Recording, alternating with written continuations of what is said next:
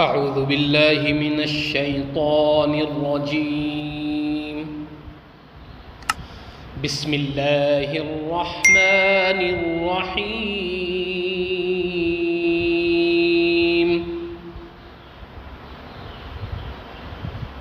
قل اعوذ برب الفلق من شر ما خلق ومن شر غاسق إذا وقب ومن شر النفاثات في العقد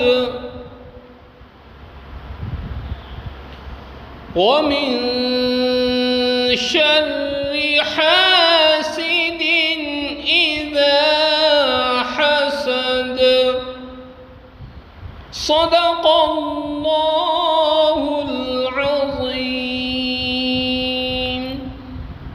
قل اعوذ برب الفلق، آپ فرما دیجئے کہ میں صبح کے مالک کی پناہ مانگتا ہوں.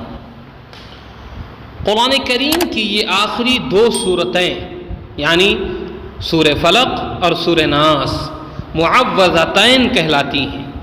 یہ دونوں صورتیں اس وقت نازل ہوئی تھیں جب کچھ یہودیوں نے حضور اکرم صلی اللہ علیہ وسلم پر جادو کرنے کی کوشش کی تھی، اور اس کے کچھ اثرات آپ پر ظاہر بھی ہوئے تھے.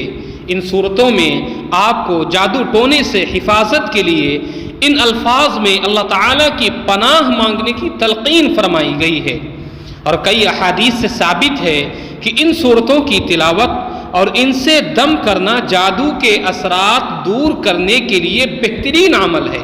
اور حضور نبی کریم صلی اللہ علیہ وسلم رات کو سونے سے پہلے ان صورتوں کی تلاوت کر کے اپنے مبارک ہاتھوں پر دم کرتے اور پھر ان ہاتھوں کو پورے جسم پر پھیر لیتے تھے.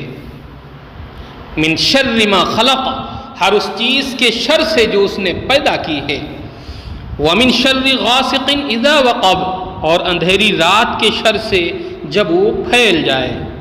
اندھیری رات کے شر سے خاص طور پر اس لیے پناہ مانگی گئی ہے کہ عام طور پر جادوگروں کی کارروائیاں رات کے اندھیروں میں ہی ہوا کرتی ہیں. ومن شر النفاثات فی العقد، اور ان جانوں کے شر سے جو گرہوں میں پھونک مارتی ہیں. جانوں کے شر سے، جانوں کے لفظ میں مرد اور عورت دونوں داخل ہیں. جادوگر مرد ہو یا عورت، دھاگے کے گنڈے بنا کر اس میں گرہیں لگاتے جاتے ہیں اور ان پر کچھ پڑھ پڑھ کر پھونکتے رہتے ہیں. ان کے شر سے پناہ مانگی گئی ہے. وَمِن شَرِّ حَاسِدٍ إِذَا حَسَدَ، اور حسد کرنے والے کے شر سے جب وہ حسد کرے.